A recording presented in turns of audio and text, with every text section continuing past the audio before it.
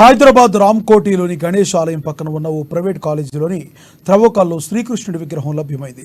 సంఘటన స్థలానికి భారీగా భక్తులు కూడా చేరుకుని ప్రత్యేక పూజలు నిర్వహిస్తున్నారు.